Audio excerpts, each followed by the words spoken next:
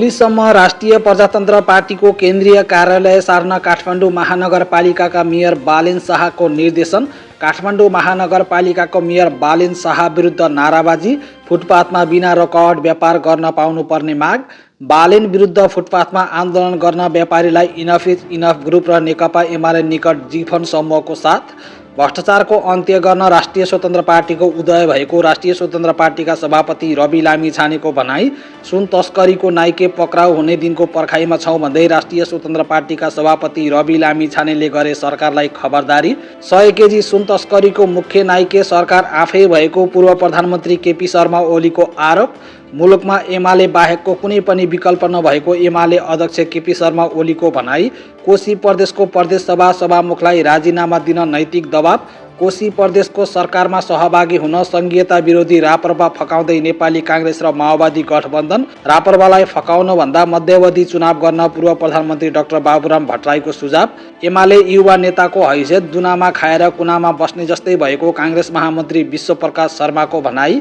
माओवादी पदाधिकारी बैठकमा 100 केजी सुन तस्करीको बारेमा सवाल जवाफ। कसैलाई नछोड्ने गृहमन्त्री नारायण काजी श्रेष्ठको भनाई। मोगलिन नारायणघाट सडक खण्ड रातभर अवरुद्ध, पहिरोको त्रास कायमै। किसानको समस्या समाधान गर्न जनमत पार्टीका अध्यक्ष सीके राउतको सरकारसँग माग। सिंचाई र मल दिन नसकेको भन्दै सरकारको गरे आलोचना। आज समाजवादी विद्यार्थी मोर्चा गठन हुँदै प्रधानमन्त्री पुष्पकमल दाहाल प्रचण्ड सहित समाजवादी मोर्चाका नेताहरूले सम्बोधन गर्ने र रेशम चौधरीको नागरिक उन्मुक्ति पार्टी र सद्भावना पार्टी बीच एकता हुँदै। दर्शक महानुभाव नमस्कार। जीएस अनलाइन टिभीको समाचार बुलेटिनमा यहाँहरूलाई हार्दिक स्वागत छ।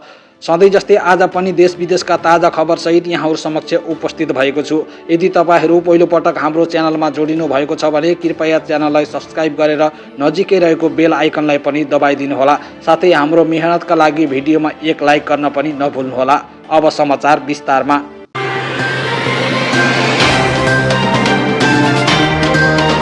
काठमाडौँ महानगरपालिकाका मेयर बालेन शाहले राष्ट्रिय प्रजातन्त्र पार्टीको केन्द्रीय कार्यालय भवन सार्नका लागि भोलिसम्मको समय दिएका छन्। काठमाडौँको धुम्बराई स्थित राष्ट्रिय प्रजातन्त्र पार्टीको केन्द्रीय कार्यालय विद्युत प्रसारण लाइनको मुनि रहेको र नक्सा पास समेत नभएको भन्दै मेयर बालेन शाह नेतृत्वको टोलीले भोलिसम्म राष्ट्रिय प्रजातन्त्र पार्टीको केन्द्रीय कार्यालय खाली गर्न निर्देशन दिएको छ।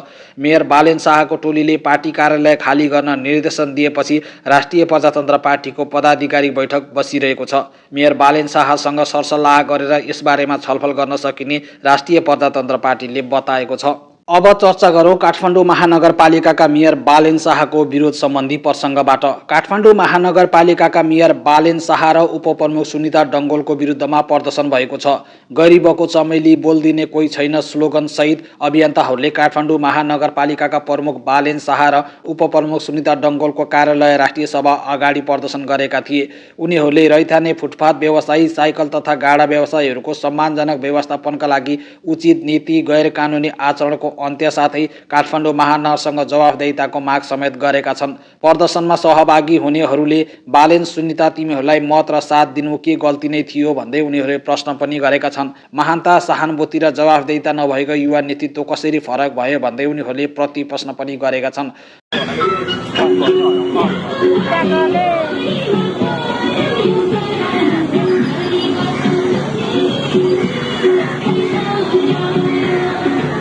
यहाँ आज पिटिरहेको छन्, नपिट भन्न आएको, काम गर्न दिइरहेको छैन, काम गर्न दे भन्न आएको। के गर्नु, यो पनि हामी रहरले आएका होइनौँ सर। रहरले यहाँ आउन मन लागेर, हामीलाई यो हजुरहरूको टेलिभिजनमा बोल्न मन लागेर आएका होइनौँ। यो हाम्रो बाध्यताले, परिस्थितिले घुमाउँदै फिराउँदै हामीलाई यहीँ ल्याइरहेको छ सर। फुटपाथमा व्यापार गर्ने गरिब होइन गरिबी हटाऊ लेखिएका प्लेकार्ड समेत बोकेका थिए। अभियन्ताहरूले महानगरले सडक व्यवसायी तथा गरी खाने वर्गमाथि अत्याचार गरेको पनि उनीहरूले आरोप लगाएका छन्।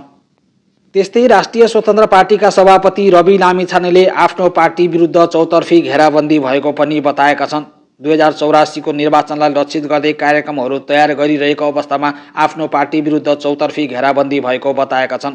एक कार्यक्रमलाई सम्बोधन गर्दै रवि लामिछानेले आफ्नो पार्टी भ्रष्टाचार विरोधी पार्टी भएकाले भ्रष्टाचारीहरूलाई राष्ट्रिय स्वतन्त्र पार्टीमा कुनै स्थान नभएको पनि बताएका छन्। राष्ट्रिय स्वतन्त्र पार्टीका सभापति रवि लामिछानेले राजसभामा आबद्ध हुनु भनेको उम्मेद्वार बनिहाल्नु नभएको पनि बताएका छन्। उनले सही नेतृत्व छान्न सके मात्र मिसन 2084 सफल हुने पनि बताएका छन्। काठमाडौँमा शनिबार आयोजित एक कार्यक्रमलाई सम्बोधन गर्दै उनले सही व्यक्ति उम्मेद्वार बनाउनु पर्ने पनि बताएका छन्। दौड होइन, जहाँ जो दौडेर पहिला पदमा बसिहाल्यो उसैले उम्मेदवारी पाइहाल्यो।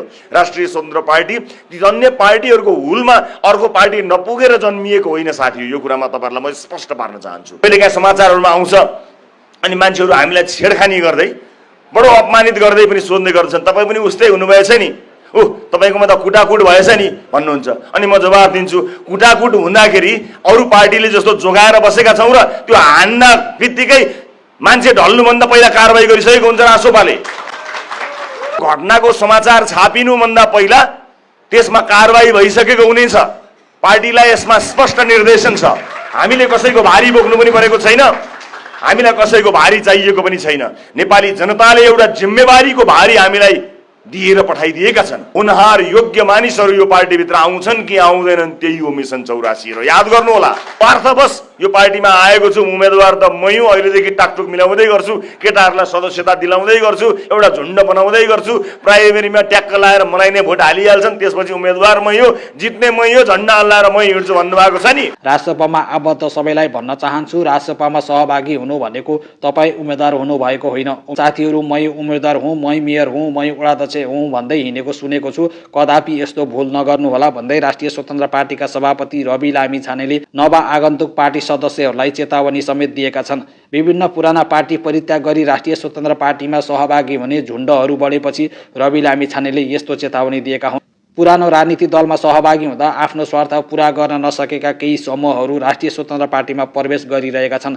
त्यसलाई इङ्गित गर्दै रवि लामिछानेले यस्तो चेतावनी दिएका हुन्। त्यस्तै राष्ट्रिय स्वतन्त्र पार्टीका सभापति रवि लामिछानेले सुन तस्करका मालिक जोगाउन खोजेको भन्दै सरकारको आलोचना समेत गरेका छन्। राष्ट्रिय स्वतन्त्र पार्टीका सभापति रवि लामिछानेले सरकारले सुन तस्करी प्रकरणमा मालिक जोगाउन खोजेको आशंका भएको बताएका छन्। शनिबार भक्तपुरमा राजसभा भक्तपुर नगर समिति गठन तथा घोषणा सभालाई सम्बोधन गर्दै रवि लामिछानेले सरकारको काम कारबाही ठूला मालिक देखेपछि त्यसलाई छोडेर अर्को फाइल खोल्नेतिर लागेको हो कि भन्ने आशंका भएको पनि बताएका छन्।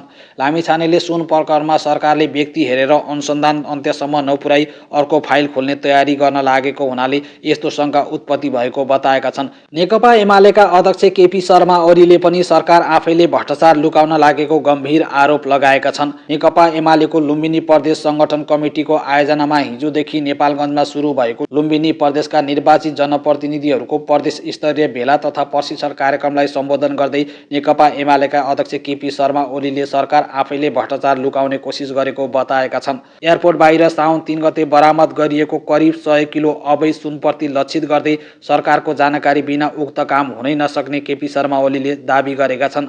अध्यक्ष ओलीले मिलिजुली खान गठबन्धन सरकार बनेको जिकिर गर्दै गठबन्धनको नाउँमा कुनै गन्तव्य नभएको बाँडीचुडी खाने उद्देश्यले बनेको सरकारले देशलाई अगाडि बढाउन नसक्ने पनि बताएका छन्।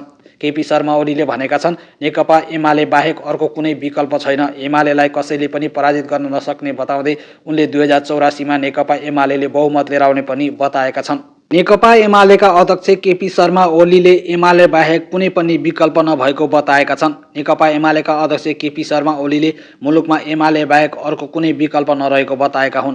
शनिबार नेपालगञ्जमा लुम्बिनी प्रदेशका नवनिर्वाचित जनप्रतिनिधिहरूको प्रदेश स्तरीय भेला तथा प्रशिक्षण कार्यक्रमलाई सम्बोधन गर्दै नेकपा एमालेका अध्यक्ष केपी शर्मा ओलीले मुलुक बनाउने भिजन नेकपा एमालेसँग मात्र रहेको बताएका छन्।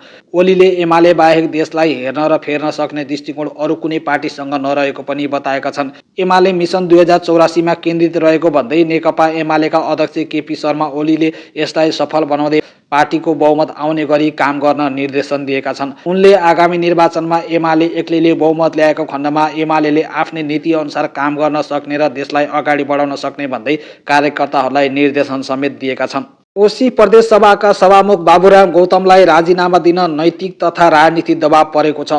सर्वोच्च अदालतले कोशी प्रदेशको पछिल्लो सरकार गठन प्रक्रिया विरुद्ध अन्तरिम आदेश दिएसँगै नेपाली राजनीति सोही प्रदेशमा केन्द्रित रहेको छ। नेकपा एमाले लगायत प्रतिपक्षी दलहरूले सभामुख बाबुराम गौतमले राजीनामा दिनुपर्ने बताएका छन्। सत्तारूढ दलहरू पनि पुनः नयाँ सरकार गठनमा जुटेका छन्। प्रतिपक्षको माग र सत्तारूढ दलको छलफल एकै विषयमा केन्द्रित भएको छ, त्यो हो सभामुख गौतमको राजीनामा। सर्वोच्चको अन्तरिम आदेश आएसँगै नेपाली कांग्रेसका महामन्त्री विश्वप्रकाश शर्माले पनि सभामुख बाबुराम गौतमले राजीनामा दिएर सरकार बनाउन सहयोग गर्नुपर्ने बताएका छन्। गौतमको अन्तरआत्माले पनि सभामुखको पदमा अब बस्न हुँदैन भनेर भन्नुपर्ने शर्माको भनाइ छ। भूमिका परिवर्तन गरी सरकार विहीनतालाई गौतमले साथ दिनुपर्ने भन्दै उनले गौतमले राजीनामा दिनुपर्ने बताएका छन्। कुल 93 प्रदेश सभा सदस्यमा सभामुख बाहेक सत्ता गठबन्धनका दलसँग पनि 46 सिट नै रहेको अवस्था छ। गौतमले सभामुखबाट राजीनामा गरेर हस्ताक्षर गरेपछि सत्ता गठबन्धनलाई बहुमत पुर्याउन 47 सांसद पुग्दछन्। राष्ट्रिय प्रजातन्त्र पार्टी बिना सरकार घटकलाई बहुमत पुर्याउन गौतमले राजीनामा गराउनु मात्र विकल्प रहेको छ। सर्वोच्च अदालतले उद्धव थापाको मुख्यमन्त्री नियुक्त बदर गरेसँगै प्रदेश प्रमुख परशुराम खापुङले सरकार गठनका लागि आह्वान गरिसकेका छन्।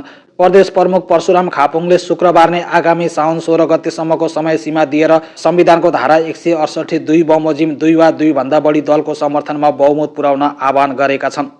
त्यस्तै कोशी प्रदेशमा सरकार बनाउनका लागि सत्ता गठबन्धनले राष्ट्रिय प्रजातन्त्र पार्टीलाई फकाइरहेको छ। सत्ता गठबन्धनका नेताले कोशी प्रदेशमा सरकार गठनका लागि रापरबाको साथ खोजिरहेका हुन्। त्यसका लागि शनिबार प्रधानमन्त्री पुष्पकमल दाहाल प्रचण्ड र नेपाली कांग्रेसका सभापति शेरबहादुर देउवाले राष्ट्रिय प्रजातन्त्र पार्टीका अध्यक्ष राजेन्द्र लिङदेनसँग छलफल गरेका छन्। तर अहिलेसम्म रापरबाले वचन दिइसकेको छैन। यसअघि माओवादी केन्द्र र कांग्रेसको बैठक पनि बसेको थियो। प्रधानमन्त्री निवास बालुवाटारमा भएको छलफलमा आइतबार बिहान 9 बजे बैठक बस्ने गरी कोशी प्रदेशका संसदीय दलका नेताहरूलाई बोलाउने निर्णय समेत गरेको छ। नेकपा माओवादी केन्द्रको पदाधिकारी बैठकमा 100 केजी सुन प्रकरण सम्बन्धी कुराहरू उठेका छन्। नेकपा माओवादी केन्द्रको पदाधिकारी बैठकमा सुन तस्करी प्रकरणबारे सवाल जवाफ भएको हो। प्रमुख प्रतिपक्षी दल नेकपा एमाले पार्टीका वरिष्ठ उपाध्यक्ष समेत रहेका उपप्रधान तथा गृहमन्त्री नारायण काजी श्रेष्ठको राजीनामा माग गरिरहेका बेला माओवादी पदाधिकारी बैठकले यस विषयमा कुरा उठाएका हुन्। इटाली भ्रमण सकेर स्वदेश फर्केका प्रधानमन्त्री पुष्पकमल दाहाल प्रचण्डले शनिबार बालुवाटारमा पदाधिकारी बैठक डाकेका थिए। साउन 17 गतेदेखि केन्द्रीय समिति बैठकको तयारी स्वरूप पदाधिकारी बैठक डाकिएको नेकपा माओवादी केन्द्र स्रोतले बताएको छ। मोगलिन नारायणघाट सडक खण्ड रातभरि नै अवरुद्ध रह्यो। इच्छाकमाना गाउँपालिका 3 नम्बर पुलमा बिहिबार दिउँसो खसेको पहिरोसँग निरन्तर ढुङ्गा खसिरहेपछि पन्छाउनका लागि रातभरि बाटो बन्द गरिएको हो। यद्यपि पहिरो जाने क्रम अझै जारी रहेकाले बाटो कति बेला खुल्ने हो अहिलेसम्म यकिन भइसकेको छैन। जनमत पार्टीका अध्यक्ष चन्द्रकान्त राउत सीके राउतले किसानको समस्या समाधान गर्नुपर्ने बताएका छन्। जनमत पार्टीका अध्यक्ष समेत रहेका सीके राउतले प्रत्येक वर्ष किसानले भोग्दै आएको समस्याका बारेमा सरकार जानकार भएको भए तापनि सरकारले यसबारेमा कुनै ठोस कदम नचालेको भन्दै सीके राउतले सरकार यसमा गम्भीर रूपमा अगाडि बढ्नुपर्ने बताएका छन्। सप्तरीको राजविराजमा आयोजित एक कार्यक्रममा बोल्दै सीके राउतले यस्तो बताएका हुन्। हामीले यहाँ प्रस्तुत गरेको समाचारप्रति यहाँहरूको धारणा के छ? कृपया तपाईहरूको धारणा कमेन्ट बक्समा लेखिदिनुहोला। यदि पहिलोपटक हाम्रो च्यानलमा जोडिनु भएको छ भने च्यानललाई सब्स्क्राइब गरेर नजिकै रहेको बेल आइकनलाई पनि दबाइदिनुहोला, ताकि भोलिका दिनमा हामीले प्रस्तुत गरेका यस्तै समाचारमूलक भिडियोहरू हजुरहरू समक्ष सजिलै आइपुगोस्। आजको भिडियोबाट बिदा हुन चाहन्छौँ। हस्त नमस्कार, धन्यवाद।